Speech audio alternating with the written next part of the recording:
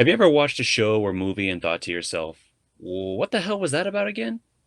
Well, then grab some popcorn because we have just the podcast for you. Welcome back to Cheap Pop, where my friend Matt and I try to take a film, television show, a video game, and maybe don't quote us on that last one, break it down, flip it, and reverse it while giving you our insights, analysis, and some interesting facts you might not have known. Today, we're going to be talking Neon Genesis Evangelion episode 20. And Matt, I'm very eager to dive into this particular episode because shit is getting insane at this point. Like, insane, even by Ava's standards of what we've seen thus far.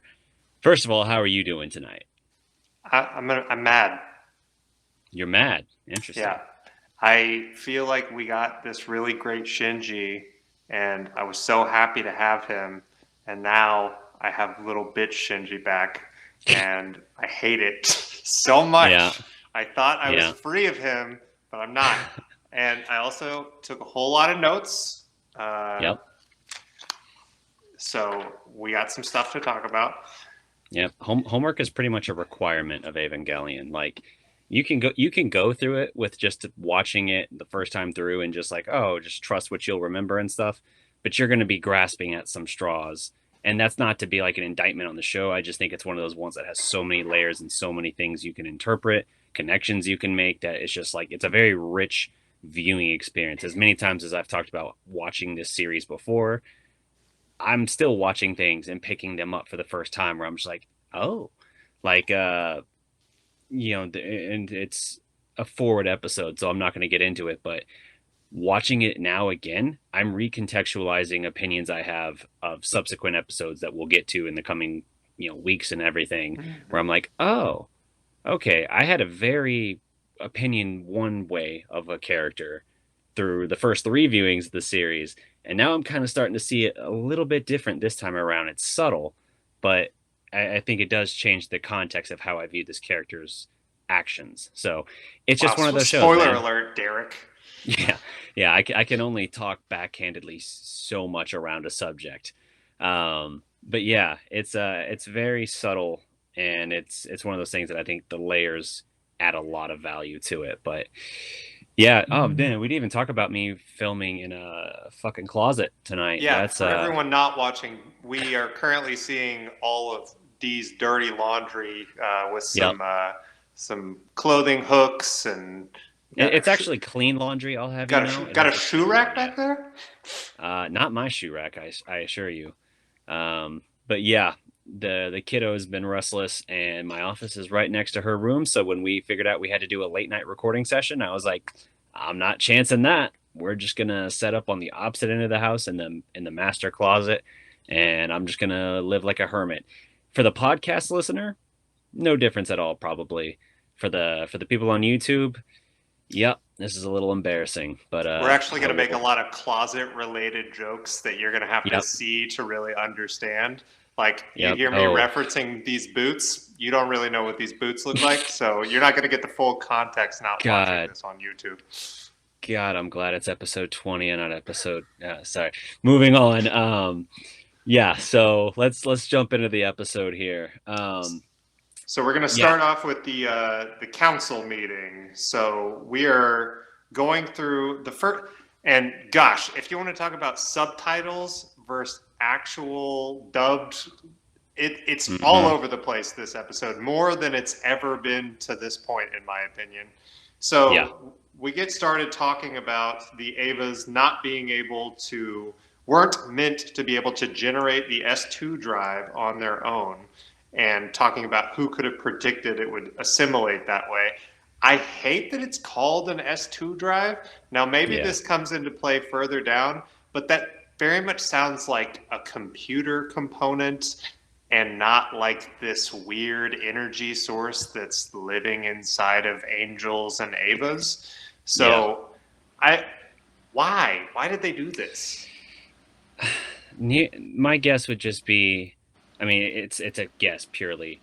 I just think that their artificial version of it was an S2 drive, is what they called it, because it was a thing that was artificial and something they made, like a computer, and they were trying to recreate essentially what the Angel cores do. That's my guess. And the Avas were not meant to be compatible, and that's confusing too because like they're saying like the Avas weren't meant to have the S2 drive, and yet it's like, well, what were you developing in Germany that like that whole thing was an S2 drive test? Where you just like, why would you make an S2 drive if it wasn't to give it to Angels or to Avas? And yeah, all interesting questions there. There is an answer, but it's one of those things where when he initially says that, I was like, well, then what was the plan? But Unit 1, they definitely did not count on Unit 1 just straight eating the heart of an angel, essentially. That's when it was like, oh, okay, so that's scary. You know, they freaked out about Angel or about Ava Unit 1 when it broke out of that sphere in the sky from that like Direxy or whatever. This should have been the moment where everybody was shitting themselves. Like this Oh is the yeah. moment where it's like as soon as like Risuko in particular is like humanity has lost the ability to control that Ava. That's where I would just be like throw my hands up just like I'm out. I'm out. I'm done here. I'm not gonna hang around and wait for this thing to just go ape shit on us. Like this is escalating and it's going in just more and more bizarre directions by the day. Yeah, it's definitely odd. It's very weird. So Sele starts talking about this deviating from their plan, Mm-hmm.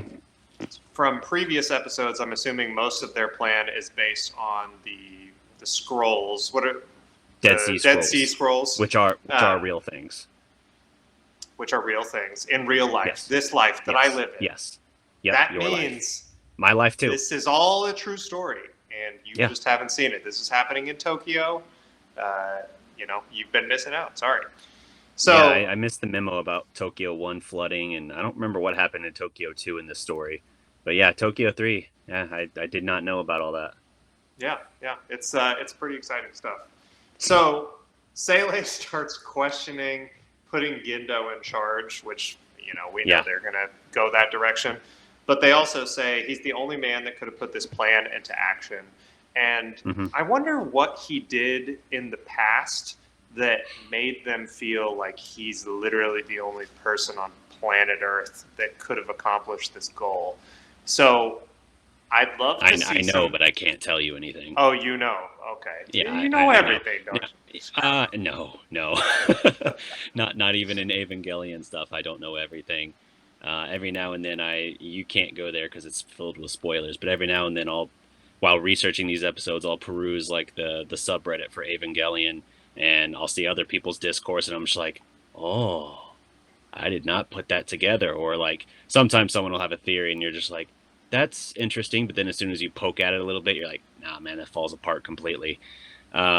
There are some very, very highbrow like analyses and decipherings of Evangelion, and even then, we're all just like it's all interpretive. You're all just, you know, trying to grasp at something that I don't even know if Hideki Anno himself has like the definitive grasp on it. But Hmm. that's half the fun. I love interpretive works, and I know you're the same way. Oh yeah, absolutely. That's like how many times did we go back on our movie that we just kept thinking of different theories of how things The are Thing. playing in. No. Oh, With Perfect Blue. Perfect Perfect Blue. Blue. Yeah, yeah. Yes. Well, I mean, the Oh, thing Perfect Blue. too. Gosh, the thing we went back and forth on a million. Yeah. I'm literally scrolling the internet looking at blueprints of buildings. Like Yep. it's Yep. getting too intense sometimes. Yeah, for So sure. Like the fire at the circus. I can never help myself from making that joke. I don't know why. It's like a reflex. Some might call it a gag reflex. It just immediately like just bleh. But yeah. So things there is a reason Gendo is essentially the only man who can carry this out. It's going to be one of those things that I don't know that it'll we might literally finish the series and you might look to me and still say like, so why? But then when I say it, you're gonna be oh, like you're gonna like remember things a little bit differently, like not how they happen, but you'll just have that additional context that'll repaint certain scenes, and you'll be like, oh, okay, yeah. Um, But yeah, figuring out the baddie is never easy. Yeah. So we get into this next part. They mentioned the damage to the two Avas going beyond the Hey Flick limit. Hey No Flick. idea what the hell that is. Yeah, What hey is, flick. yeah, I should have I have looked no that idea. up to see if that was actually a thing because uh, another thing that they do in this episode is try to use big words Mhm. wherever humanly possible. There's a Sure. couple of them I looked up. There's a couple of them I was just like, nope, absolutely not. I'm not even doing research on that. Move on. Next scene. Don't care. Stop trying to act smart. And Yeah. I feel like there were a couple of these times where I could really feel that they just wanted to sound as smart as humanly possible, but sounded so dumb as they were doing it. And I will say that could be a language barrier thing, but Yeah. some Or of just these the voice scenes, direction. yes, were just absolutely ridiculous with the dialogue. Hmm. It's So just an we're episode where they had to really lean in and be just very science because like there's no angel science. attack. There's no angel attacks or anything. It's very much a very silent, slow burning drama essentially that this episode rolls out. Yeah. So we have this conversation about transferring the Magi, and they're talking about going to the backup secondary command center. Hmm. Why is And it this is backup this is day secondary? one, by the But way. And yeah, we're yes. getting title cards all through this Oh, episode. if you This want me to is track days, it's not happening I because the did. second I saw the first one, I was like, nope, I am assuming this is I all got them. just going to be one after another in my notes. That's as good as it's going to get. That's So, fine. I got the notes. I'll give the call outs. Yes, this is day okay. one. And they're talking about having to move to the backup command center, which they know is like it's not as good, but it's gonna have to serve in the meantime because their place is like it's gonna be condemned. It's gonna be completely shut down. Like we're just gonna have to do that, and they're in a real bind because Unit One is not. It's questionable whether or not like it itself is still operational in some way, like self-activating, because they still haven't gotten Shinji. Unit 0 and 2 we know are just completely screwed up, and Unit Garbage. 1, despite giving off no readings or indications of being like awake, has activated 3 times. We're told. So yeah, they've got it basically like in its holding chamber, essentially deep in Nerve, and it is freaky as hell looking with its face all Oh, bandaged up and everything. I love it. It's in the thumbnail for this episode for the podcast, and it'll be for YouTube as well. It is just unnerving. It is probably the creepiest Ava face that we've seen so far, just because it's the most. You've always seen it with like the mask or something, or you saw the eye one time. Like, no, no, no, this is like the eyes, and you got like a very Joker looking grin through like peeling bandages and blood, and it's just like, oh, what are you? yeah, it's very unsettling looking, that's for sure. Yeah. Um, you are talking about the crazy look, but we just skipped over easily the most crucial part of this episode, which Oh is when no. they're talking about the secondary command center. That the Yes. chair cushions are hard and the sensors aren't as responsive. Yep. I know you Hey. might think, hey, there's probably nothing to that. There's a lot to it. We're going to get into it Yep. down the road.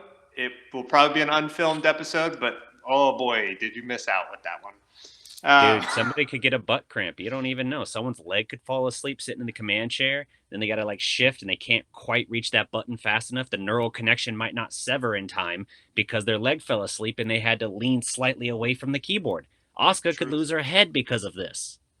Heads You will you roll were because definitely of the one seat of the people cushions. complaining. So we get the crazy look. There was also another comment that, God, I'm diving way too deep into the secondary command center thing. But Nope. they said everything seems to be the same. Like the structure, the layout, everything is the same, but something feels different. And then they mentioned it feeling strange. And Mm-hmm. that easily can be a throwaway, but I thought there was something so weird that they drew attention to that. I couldn't, even if I was willing to give spoilers, which I'm not, I couldn't clearly define for you right now what it is.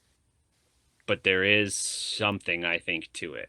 Like it when they said that, I was like, yes, I believe I know, but I don't know that it's like an essential thing. Certainly not something where it's like if you get to the end, you're like, well, what was that about though? It's not like you're gonna like not understand the story or something because of it, but they do reference something that comes up later that I think plays into why that is. Oh, Like in this okay. episode, it comes up. So yeah, you also have a conversation with Sele expressing their concern over units 2 and 0 being trashed. Obviously, the command center is devastated, and their systems are nearly crippled. They are essentially dead in the water as like an organization. And the whole time, I'm thinking like, man, it's a really good thing. It's going to be a while before the angels show up again. Like we're going to go through an extended period here where you guys are just completely dead in the water, and there's going to be nothing to come by and pick at the scraps. And of course, the cost is astronomical. The damage is catastrophic, they call it. And it's just like, yeah, how quick, like, even if you had all the money to throw at this problem, how quickly could you actually rebuild to, like, in the face of something like this? Because even in the time span of this episode, which spans more than a month, I don't think you could get very much up and running. You'd be lucky to get the 2 Avas up and running in that time. Yeah, and for how often we see the angels attack, this Yeah, like complete silence is just like, no. I mean, I get that I know. everything always works out in your favor. You're always like 1,000,000 to 1 odds, but it somehow works out in the end. But it's like a month. You went a month and there wasn't an attack. I don't believe that for a minute, Yeah. unless all of the angel attacks are being done by Gendo, which would make sense to Ooh. me. Interesting. Interesting. So Expound. Build just upon this theory. Let's see where it's going.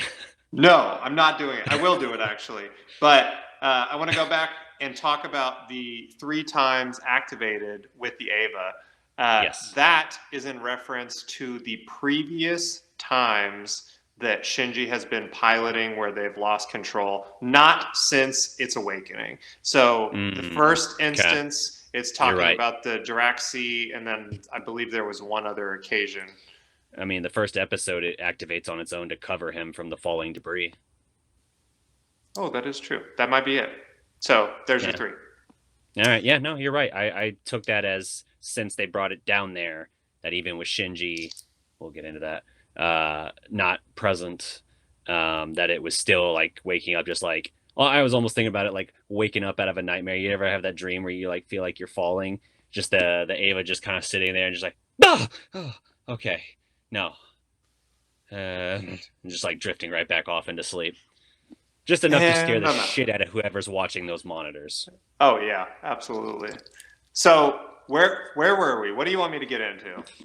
Okay, so 2 members of the council are then talking about the problems that Gendo is creating, saying that this is an interesting line. I wanted to discuss this with you. I don't have the dialogue, I just have the gist of what they're saying here. They talk about the problems that Gendo is creating and saying that he needed a bell around his neck. Another one states that they did have a bell already, only it failed to ring. My question, what was this bell? What was this bell? I know the answer to that. Give me the answer. It's Kaji. Kaji, okay. Kaji, yeah, yeah, that would I I that, don't that believe that who he was working for is Sele, but I think yeah, he was like a triple agent. I think he was yeah, working for the Human Instrumentality Council and for this other who knows the and for Gendo. Japanese ministry something and for Nerv, yeah. Yeah, that's okay. Yeah, I could see that. My thought was Futsuki and that he was in place with the intention of being the alarm system, literally Gendo's right hand man, but that he would report back to them because we've seen in the past the chairman of the council reach out to Futsuki about Gendo before and like basically talking about how they're gonna have to do something or he could be replaced or something. So I took that as like maybe they thought that Futsuki was more loyal to them and would tell them, but Futsuki is clearly siding with Gendo in this and he didn't Hmm. tell them. That was The, that was my thought because of that right hand man status versus someone who's basically like sleuthing around like a PI or something. That definitely lines up. The reason I think it's Kaji is because, well, we have that conversation, and then immediately Kaji's in the next scene, Yep. um, and he's back in the fold again. But I think that the reason, I mean, I think they're leading to us to believe that he's the Bell, and I think the reason he didn't go off is because of his third alliance with Cat Lady. Yep. Um, And what a cat's and like knocking around? Bells. Boom. Solved it. damn, damn, that actually works. Yep. So Yep. That's I his code name, Bell. I think that from his perspective, he probably started his work with Cat Lady and Hmm. thought to himself, "Hey, I know Sele has opposition with Gendo. If I can get close to them, I can definitely get more information. I can figure out where I need to start poking." Yeah. So I think that would have been beneficial, and I don't think that he really cared about that. So he's not ringing a bell on Gendo because it his relationship with Sele doesn't really matter. Hmm. It's just kind of it's getting him to the place he needs to be. He doesn't give a shit about Sele. He gives a shit about what Gendo's doing. Yeah. Fair. So Fair. that's my thought. I Okay. don't know. Yeah, so you mentioned Kaji then his next scene in Gendo's office. Kaji is just kind of grinning and he's talking about the unexpected development of Unit 1 and the S2 drive. And he asks Gendo and Fuyutsuki how they're going to explain it to the council. And he's like, I mean, Sele. Like, I kind of like the cheekiness of him. He's just like, what are you going to do at this point? Fire me? Like, he's already been like relieved of duty. The fact he even showed up for this meeting is kind of amazing. Fusky then says that Unit 1 at the time was outside of their control and that it was an unfortunate accident. Gendo agrees and says that Unit 1 will be grounded until further notice from the Council. So the Council absolutely has some serious authority here. It's not like Gendo can just be like, I disagree. Like, they're having to ground Unit 1. We're far enough into the episode that I feel like it's worth mentioning. We've kind of beaten around the bush on it. Shinji, as Kaji points out, like, yeah, that sounds like a good plan, but isn't your son still lost within Unit 1, sir? Shinji, no one knows where he is. Why? Because it turns out 400% sync rate is really, really bad. Like, he vanished basically into the LCL of his Ava. There's a plug suit floating in there, which apparently isn't even the plug suit he was wearing, but like You his know why like it's not the plug suit he loose was wearing? Because he wasn't because wearing a he was in his freaking street plug suit, clothes. Exactly. Yep. and that drives It's me a crazy. That's continuity issues. again, I think they just wanted to mirror episode 1 a little bit, parallel that. But yeah, it's the plug suit that you see is the thread essentially of Shinji's. They say ego. They use ego here, but basically his thread or connection back to the reality, basically, and his sense of self. Because lost in the LCL, he's essentially one with Unit 1 and everything else. And so it's just like very much like, you know, whenever we get him back, because we know like it's not the last episode, obviously we're going to be getting Shinji back in some way or form. I have to ask, like, are you getting Shinji back or are you getting something like Shinji back? Ooh, that's a good question. I, it's a good I feel question, like yeah. you might be spoiling me here, but I'll leave it Uh, be for now. nah. I I only treat, I don't spoil. Um, so, Yeah, so during this scene, I said, "Whoa, whoa, whoa! Is Shinji and Ava now?" And I was like, "Awesome." yep, yep. See, you were complaining about what you got in Shinji, and instead he turns into an Ava. Like, come on, Well, that's it like, would have been fine if I didn't hear all his freaking inner monologues because, yeah, we'll get to gosh, that. Yeah, yeah. So we cut then to an alarm is blaring at the command center. Again, second command center. They're trying to eject the entry plug from Unit 1, but it keeps refusing it. And you see that live feed of the cockpit showing Shinji's gear, that plug suit, but he's not there. He's assimilated into Unit 1. It's the 400% sync rate. You have Misato then asking, what exactly is an Ava? And Ritsuko's answer, which again irritates the hell out of me because you can tell she's trying so hard to say the absolute bare minimum she can. And it's just like, God, you could save us like 15 episodes if you would just give a clear answer. She says, quote, all I can say is that it is human, or something resembling a human, created by human beings. So interesting idea for the Avas there. Misato basically laughs that off though, and basically points out that it's just a copy of something they found in the Antarctic. It's not an original. To which I have this whole little back and forth here. Ritsuko replies, "They're not simply a copy. A human has been infused inside of it." Shinji's mom. To which she's asking, to which she's asking, like, so you're saying this is someone's will, or the will of the Ava? We might have the best slap of the series here. We really might. Misato, she winds the hell up for this. How many times has she slapped Ritsuko specifically? I don't know, but But this Ritsuko's time always like, she slaps the taste yeah, out of her mouth. oh yeah. Ritsuko's always like immediately fired back with like a really biting or cutting comment or something. And even this time, Ritsuko was kind of like, damn, I better just shut up. At least she slapped me again. I forgot what we were But talking yeah, about. Misato's she screams like, fix this, damn it. You built this thing, didn't you? Take responsibility all the way to the end. Which I love that line because, yeah, Ritsuko really is trying to have it both ways. Like, she's not trying to be like a guardian figure or certainly not a maternal figure or anything like that, but she withdraws into logic and like emotional detachment as soon as things go bad. Like she can be out with Misato or Kaji or whatever, having some sort of life, but as soon as things get tough, she immediately recedes back into just like logic and emotional detachment. Yeah. And so I think Misato is basically saying like you can't just say, "Oh, well there's nothing we can do about it." Like you have to actually do something about it. You have to actually like push and think outside the box and not just accept, what the overwhelming evidence seems to suggest, that being that like, Shinji's probably just lost forever, nothing we can do. um so I do think there's something even in that that's kind of interesting. By the way, it's only now we get the title card for the second day. So second day, guess who's still alive? It's Ray. I'm not super Yep. surprised by that. I didn't think she was going to be dead. I did like her act, but I was expecting her to be fully alive by this episode, and she is. Mm-hmm. So Asuka gets a phone call from Misato and is a total dick about it. She's like, "Why do I give a shit that she's still alive? Pretty much. Don't waste my Oh time."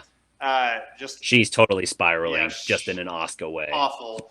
And I was like, well, she's mad because she failed. And then immediately she goes into Shinji upstaged me, pretty much. And yeah, that's typical Oscar fashion. I love the emotional detachment of that though, because she's like, well, first of all, here on the Ray thing, I wanted to call out like with the captions on, I got the background TV report that's being played when Ray is waking up.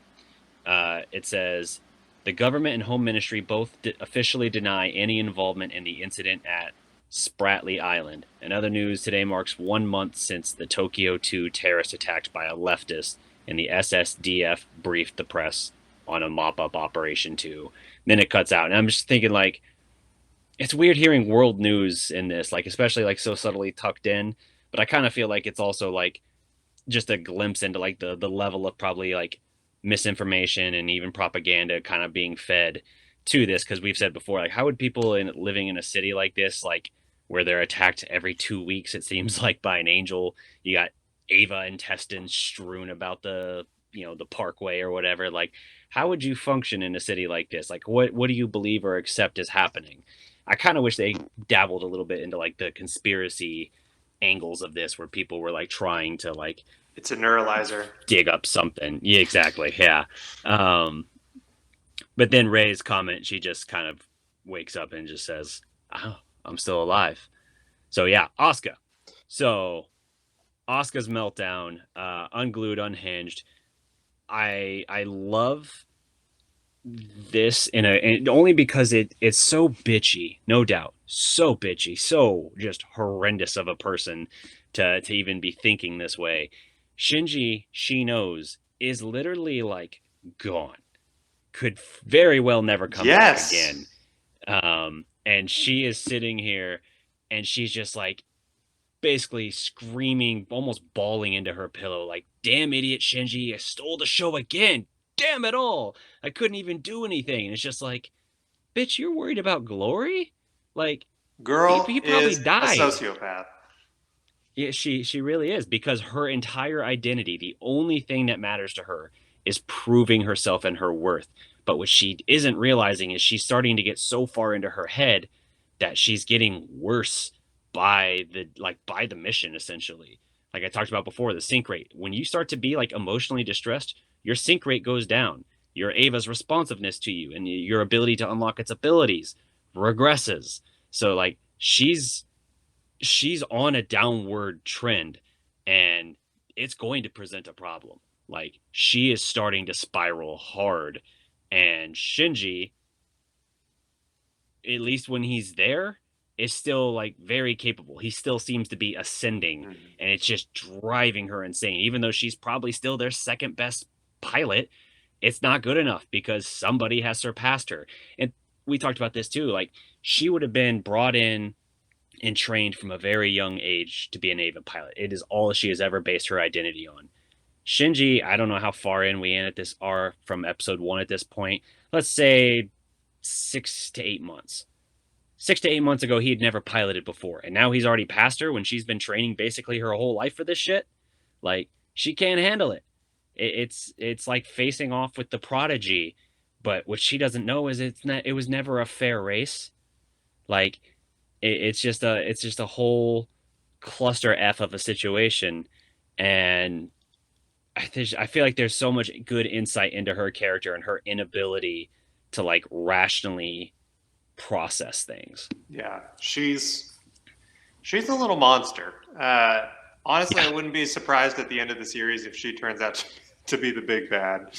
But it's not going to go there. But no, it could have. could Um, it could. so we're talking to this salvage operation to recover Shinji, and then now Third day. the dear lord, the Ava's face is maximum creepiness. It has never been Yep. creepier than this shot right here. I've got it in all caps, so creepy.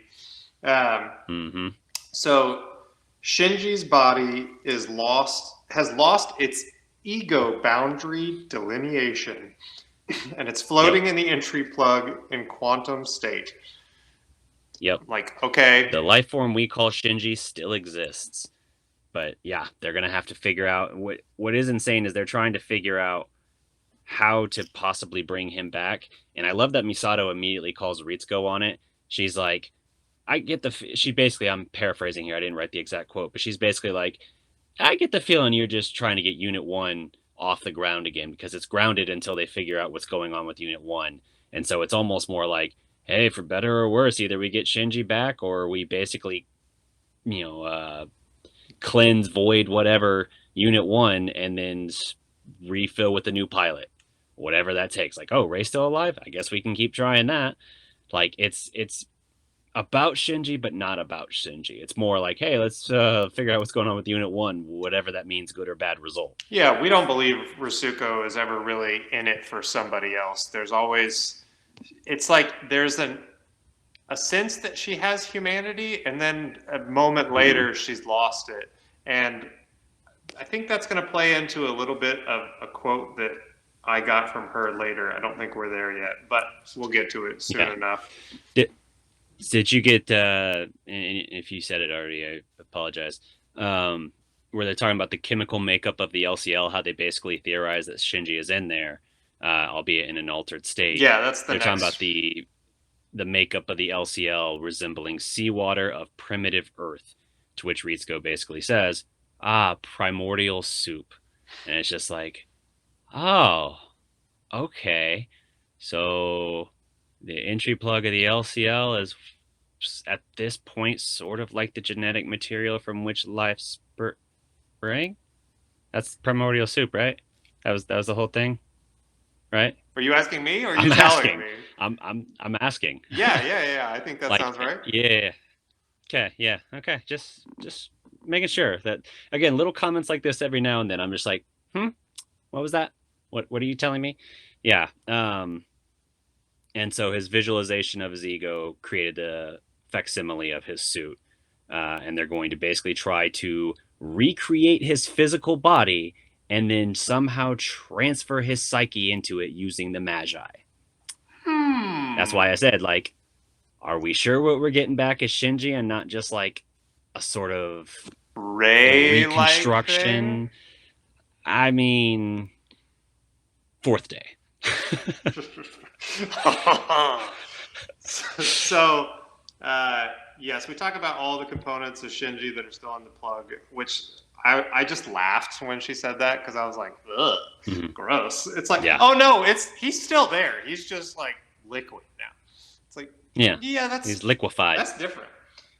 So let's see, reconstructing physical body. I'm trying to figure out where I left off. So there's also a mention that the Magi would help with this process of Yes. doing this, which leads me to believe that our little test tube scenario with all the exhaust pipes going up ahead is all being worked out by the Magi trying to figure out to what I think right now is reintegration of Rey into her body from Unit 1, which is why Unit 1 is always the priority because that experiment has never been finished and it's still a work in progress. So, and we know that because she's still going through that. Or am I off? I don't know. We'll see. We'll see. So, Misato still doesn't seem to grasp that this has already been done before, even though she's getting a lot of clues. Attempted before. Yes. Yeah, that's relevant. What? I don't know. I didn't say anything. I didn't say anything. The episode itself didn't already tell you. Yes, you didn't, but you did. You did Yes, harp you on did. it a bit. All right. Yeah. Yes, this has been attempted before, and Ritsuko even says that she's as much credit as she kind of gets for putting this together quickly. She basically had the entire schematic of the plan or experiment essentially laid out before her by the previous attempt, and it's almost just like, well, let's try to figure out where that went wrong and then try something. But we're getting a little ahead of ourselves.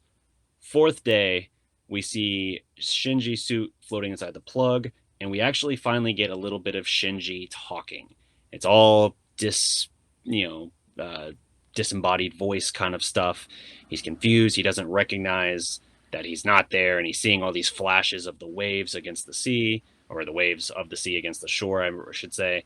And there's people that he's starting to kind of recognize in his life. He then sees projections of his enemies, i.e., the angels. And again, he's kind of asking himself why he pilots the Ava.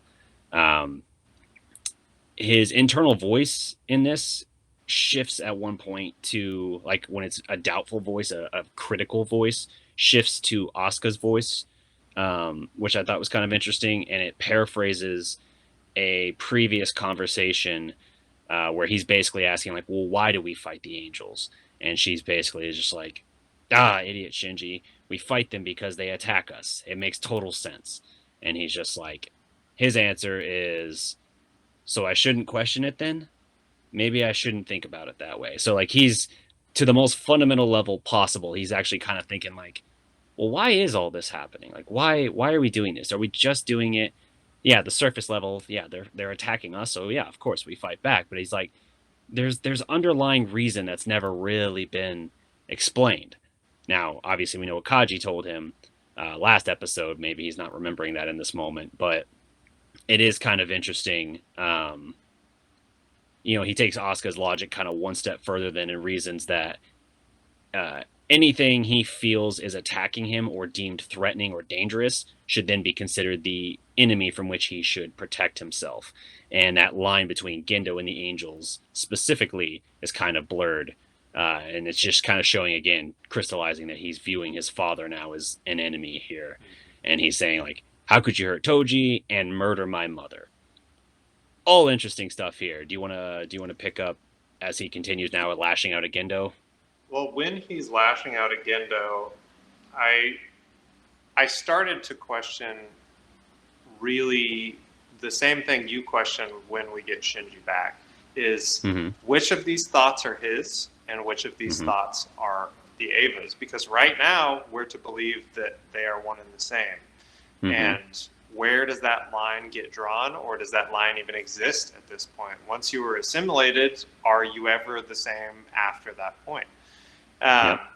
And we get more into Shinji, and it does make sense because this is kind of where we left off last episode. But Yep. I'm also getting that this version of him has not come to the same realization that last episode Shinji has. It's almost like we've reverted back in time before the conversation with Kaji. So yeah, it's almost like somebody's hit a reset button and we're trying to, okay, what happened in the last 24 hours? I got to rethink all of the things that I was thinking. So yeah. I do believe that there's hatred for Gendo, but I don't believe it's all coming from Shinji. I believe that some of it is coming from the Ava itself. Interesting. He's also recalling a conversation with Ray from episode, I believe, 5, but he's processing it differently now. And these are kind of moments that I really appreciate in Ava when they revisit a scene.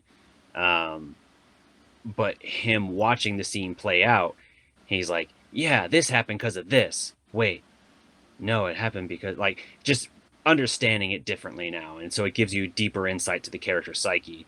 So in this conversation with Ray on the escalator down into Nerv Command Center, he basically is talking about how he believes his father abandoned him and replaced him with Ray, which makes him angry. We then see a child version of Ray, essentially, point out, but you were the one who ran away on your own. And Shinji essentially says that, like, oh yeah, that's right. Like, he's remembering, like, as it's like he's called out for it again. This is all his mind. It's weird. He's like, oh yeah, that's right. I did run away. And this is like, this had a bombshell in it. He's basically talking about how his plan the day he showed up, the first episode, was just to tell Gendo off how much he despised him.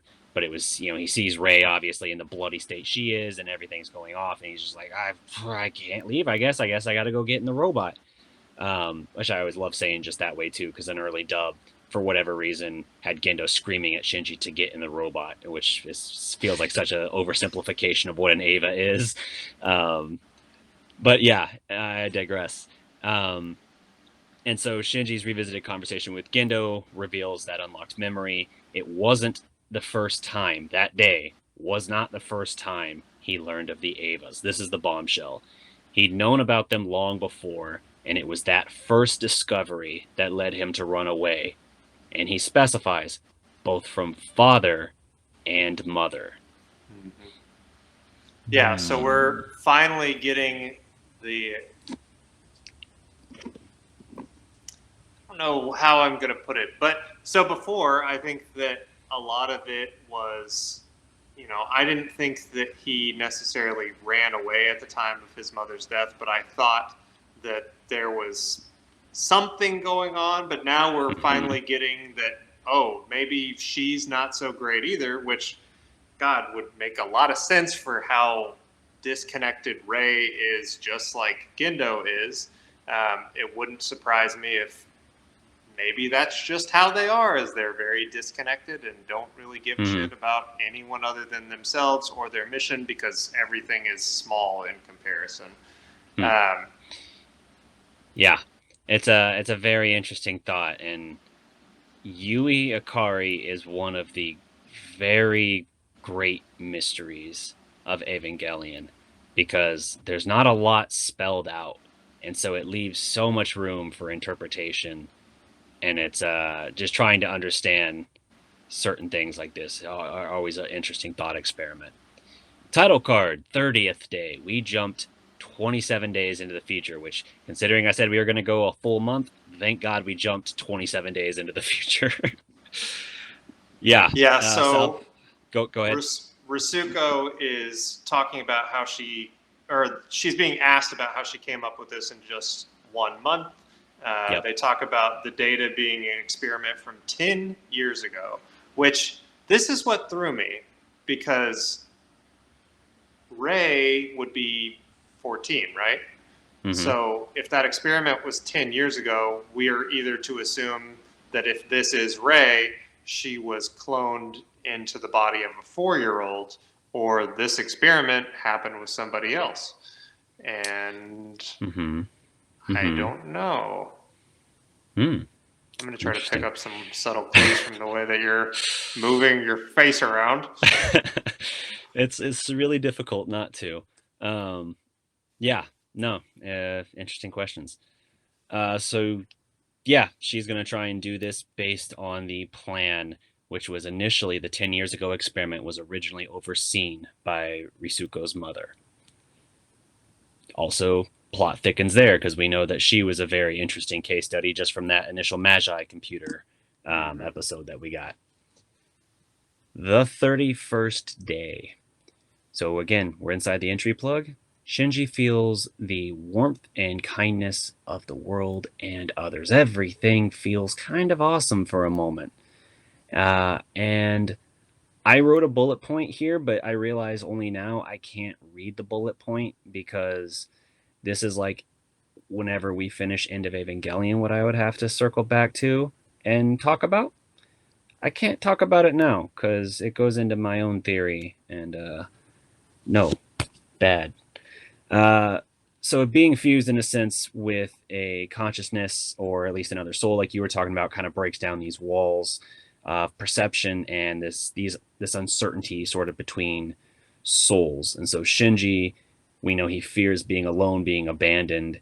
There's sort of an emotional harmony to this that he's kind of feeling, and as he continues to kind of recontextualize these previous encounters and conversations, we get another scene with Ray, this time back on that elevator.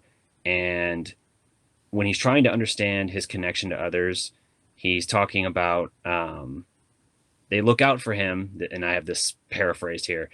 They look out for him because he pilots the Ava. The reason why he gets to be here, the reason why people care for him in any capacity is because he pilots the Ava. And that's why he needs to pilot it and to fight. And she's almost like egging him on a little bit. Like he's like, that's why I need to pilot the Ava. And then she kind of chimes in like, and when? He's like, yeah, and when? It's almost like a little kid like following the bouncing ball. Um, he says, I need to fight the things that other people say is the enemy and win. I can't lose. I need to follow what other people tell me to do. That's the only way people will say. And he kind of trails off. He's trying to, he's basically imagining like what those people are saying. He's trying to imagine praise from other people.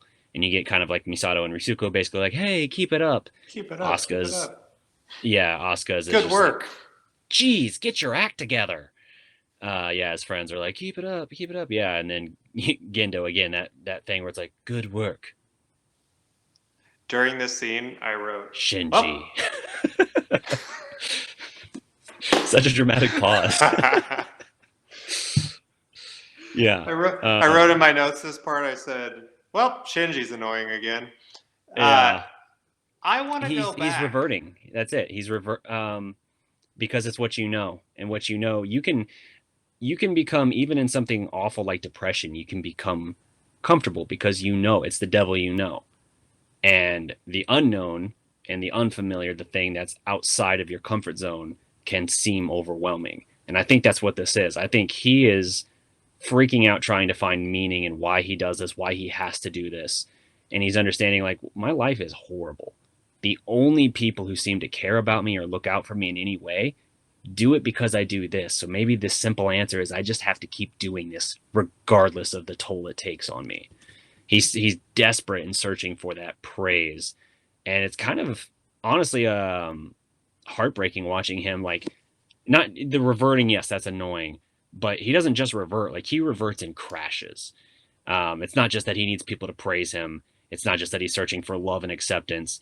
He basically reverts all the way to like, you know what? I'm gonna impress father, the father that abandoned me. And Misato's voice again kind of chimes in like, keep it up. And he says, this is where he's actually like really breaking. He's like, I am keeping it up. I have kept it up. So someone please be kind to me. I fought so much. I've had this for so long. Someone please take care of me. Please, I need you to be kind. And it's just like, God, man, like that part always like hits me a little bit, just as like he's just so like broken, and he's just like fragile in this case, and he just feels like even the people that he's desperate for the love and for them to care for him and just accept him, he's scared of them. It's the hedgehog's dilemma. Like that's really a core theme in Evangelion, and he doesn't know how to be around them. He in his own way kind of will push people away, but they kind of are doing it to him as well. And so he's just so lonely and broken here that he's just like, I need you. Don't run away, but please don't hurt me. And it's just like, that's just sad. Like that's so just depressing, honestly. That kind of Yeah. encapsulates Shinji, I guess. Uh, I'll let you get I, into the weird Nikki show going on here. I do want to get into that, but I'm going to backtrack because I don't have the mental capacity not to do it. Okay. Shinji ran away from his mother and father because of this failed experiment that Ritsuko is talking about. Yes. Okay, good. That's it. That's all I need to know right now. I won't spoil it for myself. But Okay. now I'm going to be racking my brain, trying to figure Mhm. out what's happening, who it was. I haven't gotten there yet, but give me some time. I'll get it. Okay. I'll get it. Yep. Yep. Um, Yep. so yes, we have no nipple Misato. Uh, Yeah. Yeah, if they had if to you're pull a looking for little bit nipples, of punches. you're not getting the nipples. You're getting no Yeah, you got to go to nips. perfect blue for the nipples. Yeah. I mean, I'm sure somebody's put the nipples back, but you know, do your There's definitely been do someone your just hovering own over the Google animation cell, just like. research. That's not what we're here for, you perverts. So, no nipple Misato is Mhm. asking Shinji, "Do you want to be one with me?" And boy, oh boy, I'm like, wow, we got real sexual real fast. And Yeah. Misato changes to Asuka, and then Hmm. to Rei, and So repeat and repeat. yeah, they were all basically saying the same thing. The full thing is, um, first when Shinji is talking about like someone please be kind to me. When Misato first shows up, she says, "I am being kind to you." And then she says, "So Shinji, do you want to become one with me? Be with me in body and soul. It's something that feels really, really good. It feels I'm good, ready, right? Shinji. Always ready for you." And I'm just like, okay, this is in Shinji's psyche. I guess that's natural given his age and how sexualized and everything she is. But it's still weird to see, like, for us, the viewer. Um, and again, she's like kind of like opening up her, initially she's kind of like sort of covered up, and then she kind of like opens up her chest a little bit and like moves towards him, like towards the camera essentially. And the motion, as you said, then cycles to Asuka. Her version is almost the same. She says, "Come on, idiot Shinji. You want to be with me, don't you? Be with me." Yeah, then it gets into the same, like, be with me in body and soul. Ray's is just simply like, "Shinji, do you want to be with me?" Like, it's doesn't have that. I think it's because she's so devoid of personality for the most part. He didn't know how to append something onto like the first two sentences for her. So it was just like, Mm-hmm. I don't know, just have her cut to the chase. Um, but they're cycling through like the image of this thing approaching him is just cycling through all three of them, and they're telling him, "Come on, don't worry, just let your heart go." We then get a weird thing where you see a single drop of water into a pool, and I'm like, oh, wet dreams, Shinji, you poor bastard. And we cut back to the command center as the salvage procedure commences. That Yeah, might so be the we're. weirdest part of the episode, but we're not done with the episode yet. I thought it was pretty nice, actually, but I no, said I'm just kidding. weirdest. Oh, okay. Well, whatever. Um, so we get to the next part. We're talking about the connection to the ego boundary pulse is complete, Yep. and we use some words. What are those words? Do you know?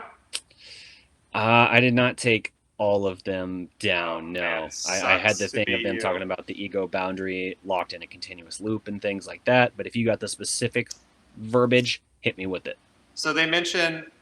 Sure didn't take notes on what context this was in, but they Sure. mentioned two words which are cathexis and distrudo, which Of course. cathexis is the concentration of mental energy on one particular person, which Yeah. had to do with the link. That makes sense. And then Destrudo, which my explanation was based off of a couple of weird sites, is the energy of the death instinct or self-destructive impulses. I don't know. Okay. Yep. So Interesting. seems like that's Sounds what like they're looking Destructo. I'll for. take If it. it's going to, if it's not taking what they're doing, it's going to self-sabotage Yeah. the experiment. So we Interesting. talk about the ego boundary getting lost. Shinji is in a continuous loop of saying his name and seeing characters on the screen, which I don't know what all of them said. I assume they Right. were mostly It's just his like it's name. overwhelming. It's like every voice in his head, his memory of all these people and how he views them. We talked before about within you, within you, there is the me that exists within you, your perception of me. I view that as like Shinji's perception of all these different people, all basically talking at him at once. And it's like he can't figure out what's coming from where, and he's just like basically screaming in a fetal position somewhere floating in the LCL, just like ah. Yeah, That's how I took that whole scene. he's struggling right now. Yeah, It seems like and that would be a horrible place to get lost. yeah. So the broadcast signals are firing in every direction, but they're not working. Risuko says that they failed, yet the crisis is not over. The metrics are getting worse and worse, and even Risuko is baffled. She's just like, what is this? Don't you want to come back, Shinji? Like, she even kind of acknowledges, like, if it's failing to this degree, it kind of seems like you're like refusing to come back. Like, you're actively resisting us trying to pull you back from this brink or whatever. She also And talks about the signals being trapped in Klein space. yes, and I didn't know what that meant either. Okay. Yeah. Continue. Calvin Klein. Within, when she's like, "Don't you want to come back, Shinji?" Then you kind of get Shinji from within the LCL. I thought for a moment he was straight up answering her because he said, it cuts to him saying like, "I don't know," and I was like, "Oh, he's answering her." But then as you stay with his perspective a moment longer, you're like, "Oh, wait, no, he's still like in this feedback loop of like the three girls or whatever, the women in his life essentially." And they're like, "So what do you wish for?" Like it's cycling so fast between the three of them, it's almost just like a just continuous loop, and it keeps doing that same looping animation, asking him what he wishes for. In the command center, we get a flashing red light saying that the signal was rejected as the LCL self-assembly is disintegrating. So the pressure basically inside the entry plug is increasing. Risuko is calling for them to abort ejection because I'm guessing it's kind of like a submarine, relevant sort of to current world news. They're not still current now, but the pressure, they have to like depressurize, I'm guessing. And so she's telling them to abort, but it's too late. The pod doesn't fully open, but it lifts the lid, and you have all this LCL pouring out on the ground. So basically, liquid Shinji just pouring Shinji onto. go. Yeah, there you go, Shinji goo pouring onto the ground, and Misato screams. She's like, "No, Shinji!" Oh, poor Then, Misato. You can just imagine being in that moment, just like this kid yeah, that you've been loving for and caring for, just literally liquefied at your feet. yep. Shinji then wakes up in a hospital bed, and you're like, "Huh? How did we get here?" Oh, it's because it's not real. Gotcha. It's one of those things. He's just so used to the hospital bed thing. It's just like that's part of his subconscious now. Like just like the train, it's like his subconscious default settings he cycles through almost when he's trying to like reflect or process something. Um, so Well, I wonder if he that's asks where too he from is. his like mental break, because the first time he ever had the head trauma, he ends up in the Uh-huh. hospital. So maybe that's the Yeah, association, is because that's really where the two like shifted. So it was a very pivotal moment in his life. yeah, yeah. I can see that. He's talking again with his younger self. Um, uh, and the conversation as it's taking course, we then cut to them on the subway train, which is again the other scene that we're always at. He doesn't seem to realize that he did pilot the Ava again a month earlier, and the vision of Misato is basically explaining that Shinji is here now, who he is now, because he piloted Ava Unit 1. She says, quote, "It is a fact you have piloted an Ava. You cannot change that, your past or who you are." However, whatever you will do in the future, that's what you'll need to decide. Um, and it's interesting here. Then we got in the real world, Misato's clutching Shinji's plug suit and just bawling, and she, kind of that like, what's the point of science if it can't just save one person? Just one. Get me back, Shinji.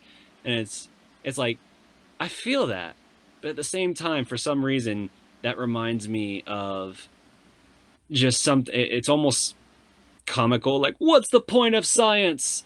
Like, it can't just save one. Damn Like, yeah, you! yeah.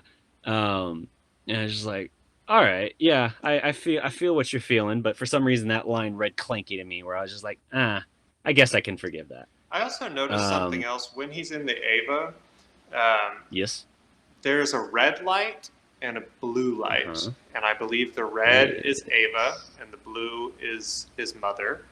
That's my interpretation Mm-hmm. of that right now. And he Mm-hmm. also makes a mention of um, him smelling his mother, and Expound. so I don't really Go on. remember. Yes, I know. I'm trying to. I'm trying to like remember exactly what happened in that scene because I'm going off of my notes. Um, Yeah.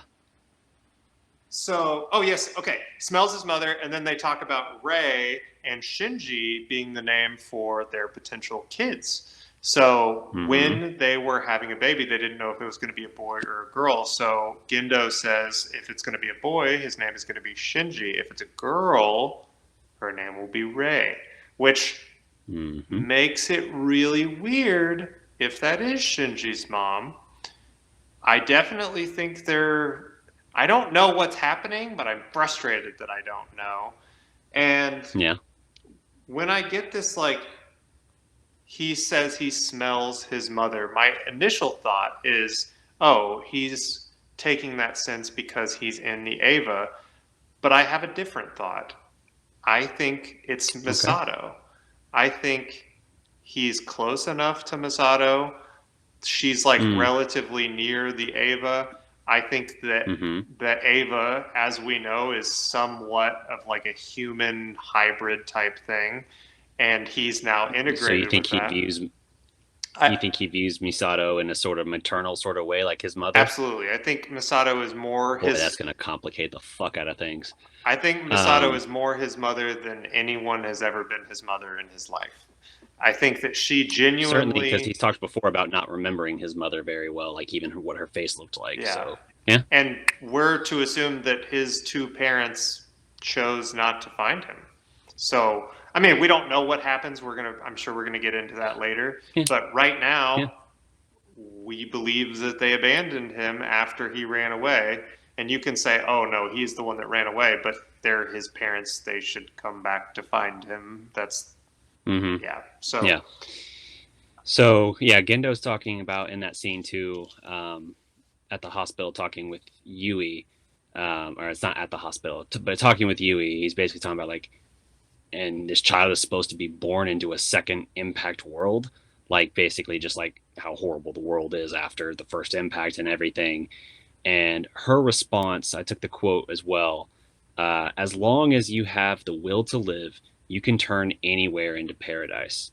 After all, you're alive, so opportunities for happiness are everywhere. Um, and again, we see that little same little water droplet thing into the ocean, just like earlier. And that's then when they ask about the name thing. So Shinji drifting through this ocean. You mentioned the lights, the red and the blue. It's kind of morphing from one to the next, and then they're kind of overlapped. And he's swimming towards it, and he even is kind of like lovingly, hopefully calling out like, "Oh, mother!" and passes through the light. It's like pulsating, and then in the real world, the core of Ava Unit One, the S2 drive, I guess if you want to use that term that I guess Nerv uses, spits out a naked Shinji onto the deck alongside Misato. We get that droplet of water into the ocean again, and that's kind of symbolizing to me like the rebirth of that. We moved into day 33. Do you want to pick this up? So 33, I believe this is where Misato and Ritsuko were talking about repairs to Unit 1 being finished tomorrow, and then Hmm. Unit 1 is supposed to be grounded, correct? Yeah, and And Shinji's actually in the back seat. You can see him in the rearview mirror too.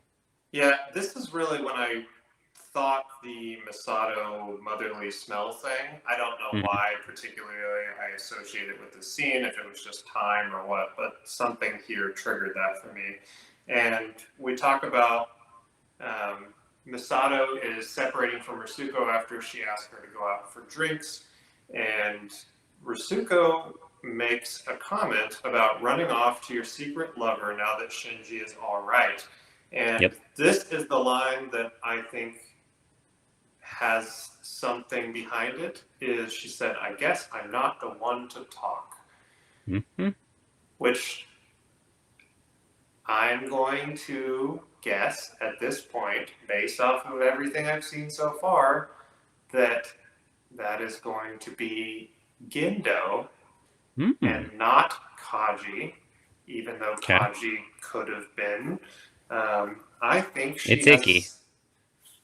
I think she has a secret love for Gendo, and that makes sense to me of why she goes from being attached to detached all the time. She's Hmm. always with him in his little background sessions with, Yep. you know, she knows more than everybody else does, and she seems to be okay with him doing the things that he does.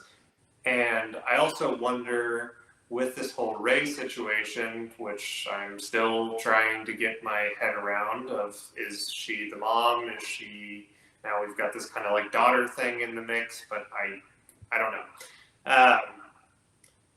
But for her to watch that with such a seemingly loving relationship where Gendo I would not Hmm. say is a fatherly daughterly love. I would say that Yeah. is very much a sexual attraction love.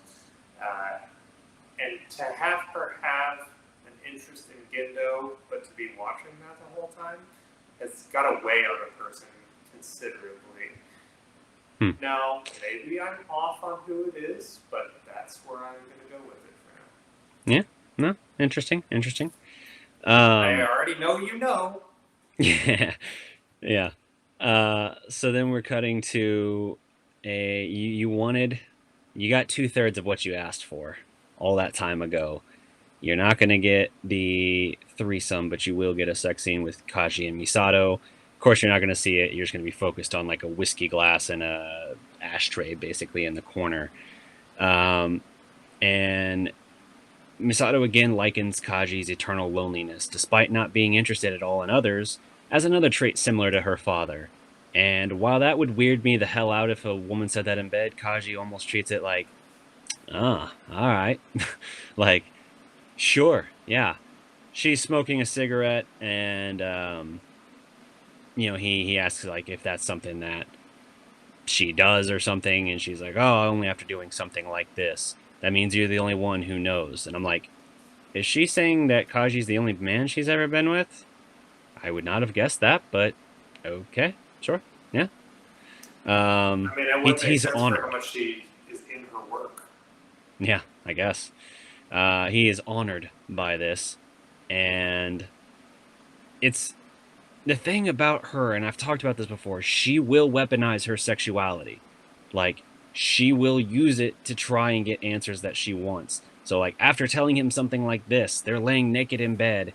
She pivots to human instrumentality. She's like, Adam could destroy us all. Why is it being protected in the basement? And even Kaji's just like, do you just come see me to try and find out this stuff? Like, almost like you think like you can get my guard down if we sleep together and then I'll just tell you things.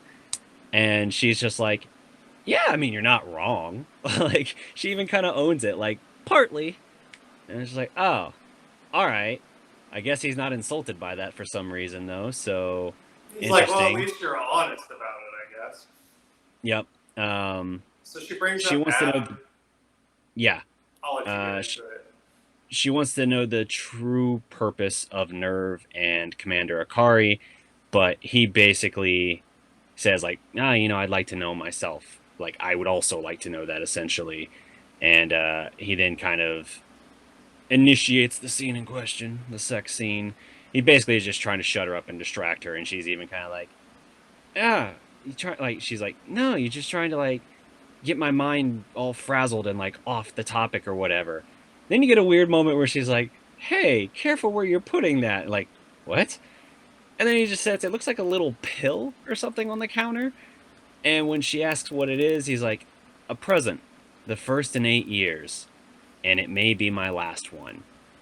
And I was just like, "Ooh, ominous." So yeah, I'm going to she's give you the exact quote here give me, because give me. I need you to hear it. Hey, what are you trying to jam into me? My immediate thought, my dick. Yeah, What are you he's like, talking about? The language he's is like, so weird. he's like, I thought that was obvious. I Like, mean, have that's we what I hit was this? thinking. But then he's like, "Here's a pill." Like, what?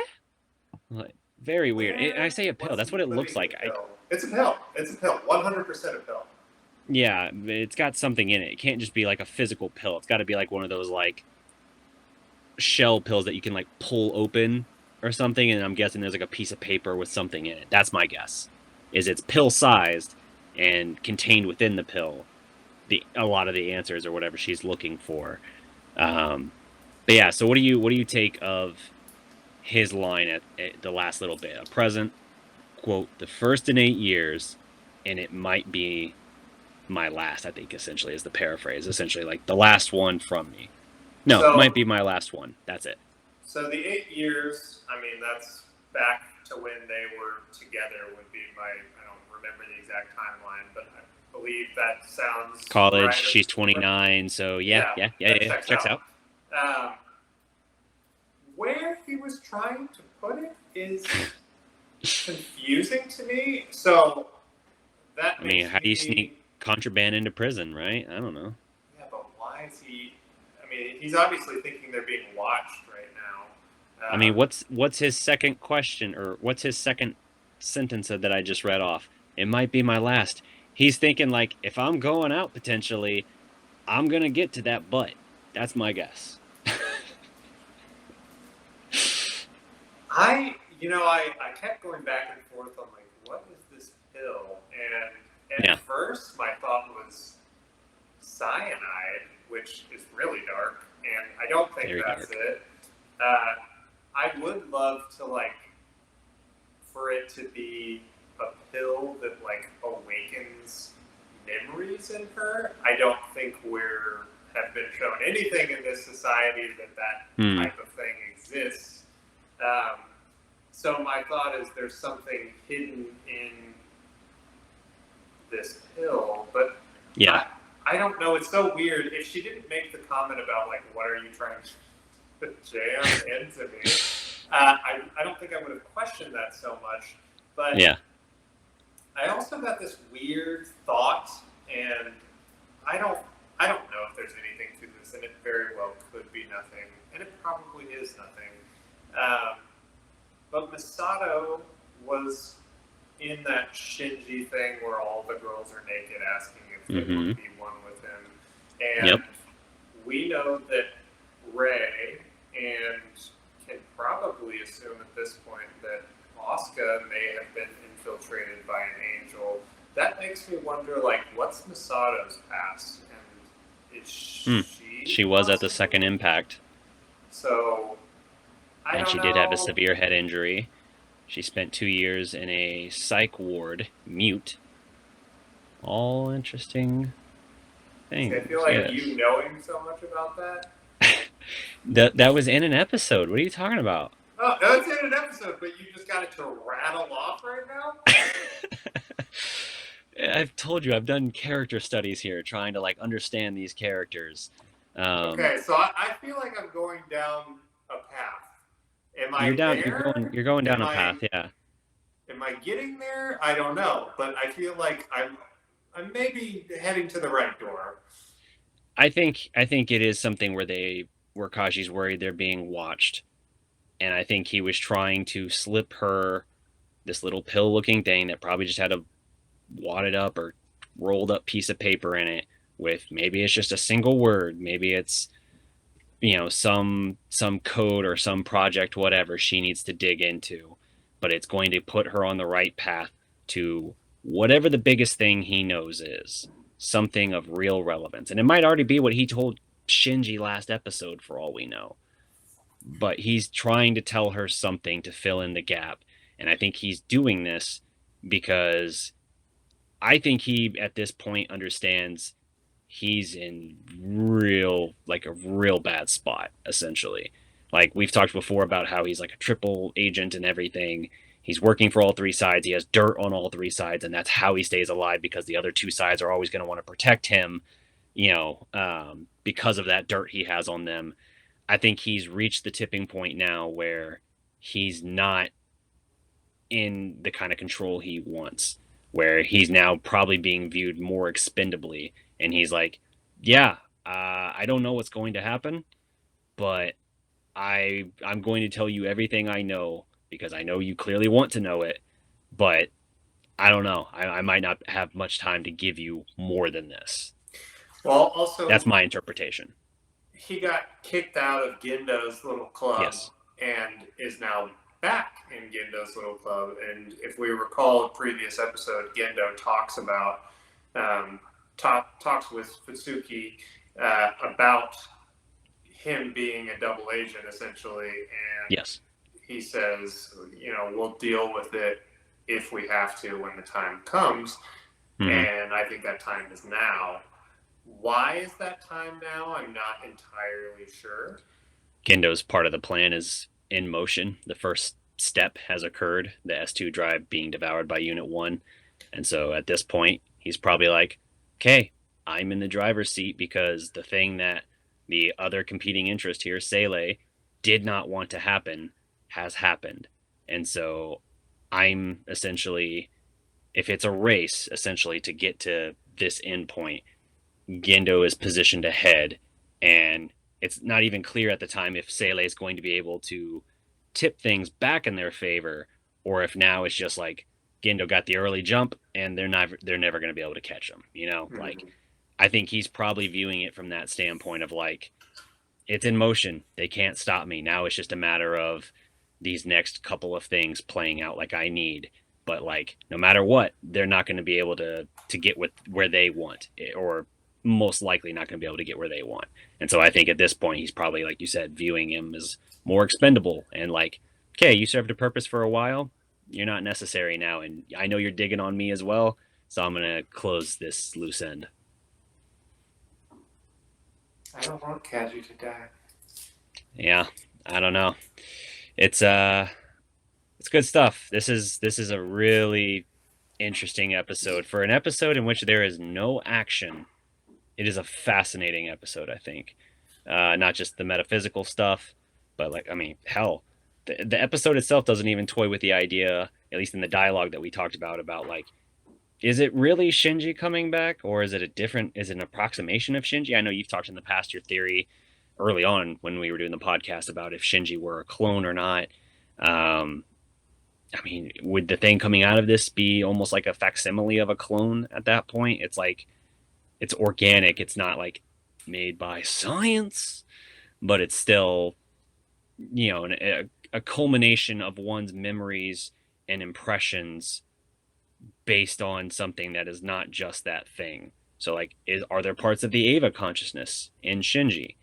We've talked about even what the Eva consciousness is. Like, or is that an infiltrating force? Like, there's just all these interesting questions. Yeah. Meanwhile, we see everyone else spiraling. We mentioned at the very start of the episode, something we mentioned. All I'm going to say is, even within this episode, there are things presented, and there are things that aren't as you seemingly believe them when presented. Not anything in like the grand overarching thing. It's almost like a little throwaway, but you're like, oh, okay. But it wasn't okay. It wasn't okay, Matt. So we'll see. Shinji with his mom. That's the scene. Shinji with his mom? Yeah, when he's, well, not with his mom, when he's like little and the thing. People. Is that the scene? Is that the one? No. Um, but yeah, so we'll keep digging. Episode 21 is the next one up. Let me see what that one's called. Episode 21 is The Birth of Nerve. We're going to revisit the second impact again, and now we're going to see exactly what happened with the second impact. I know you're excited for that one. I am. It's another one of these ones that's an interesting pseudo pivot, essentially, because it's spending time with a past event recontextualized, which the series does a couple of times, and you're going to get more insight that's going to very much change your view of like how things operate. I'm amazed. I'm always amazed at this point. There's a reveal that will feel like it comes from almost nowhere, but it is there. And I'm always like, wow, that does come in late in the series. Like, I'm always like a little impressed how late it comes in. But it's one of those things that I'm still so eager to talk about because it's one of those things where I said, like, when we look at like biblical allegories and those stories, what you could discern from this one revelation or whatever is so layered, and I don't think it changes anything in the series other than maybe it's a subtle commentary. But I love the idea, and it's just like, oh, I want to talk about it. I can't talk about it. I can't even say the name of the thing because it tiptoes into territory we can't go yet. But soon, Matty boy, we will be there. You got to keep it in the closet for now. Yeah, I know. I'm trapped in the closet right now. It's very hard. It's okay. We'll get you out. Yeah. I was gonna make a R. Kelly trapped in the closet reference. I was like, ooh, R. Kelly, probably stay away from that one.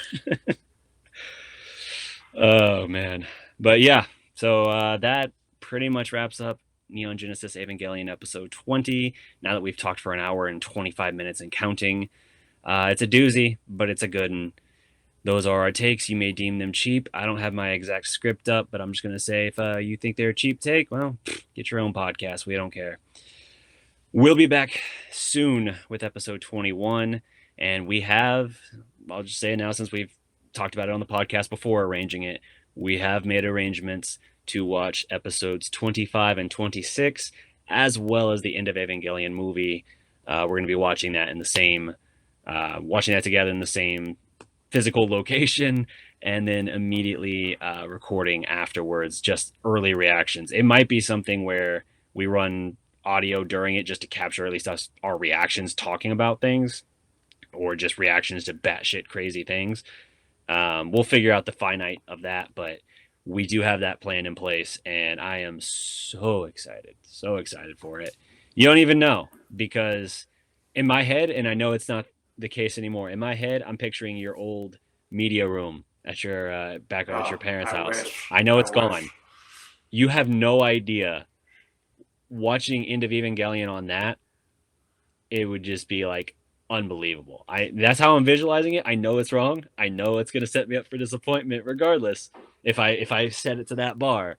But it's going to be fun no matter what. But I almost want to go out of my way to find End of Evangelion played in a theater somewhere, a big screen somewhere, and just figure out. Oh hell yeah! Figure out a way to. During COVID, they did it for like $100. You could rent out a whole wow. Theater, play whatever you wanted. Wow.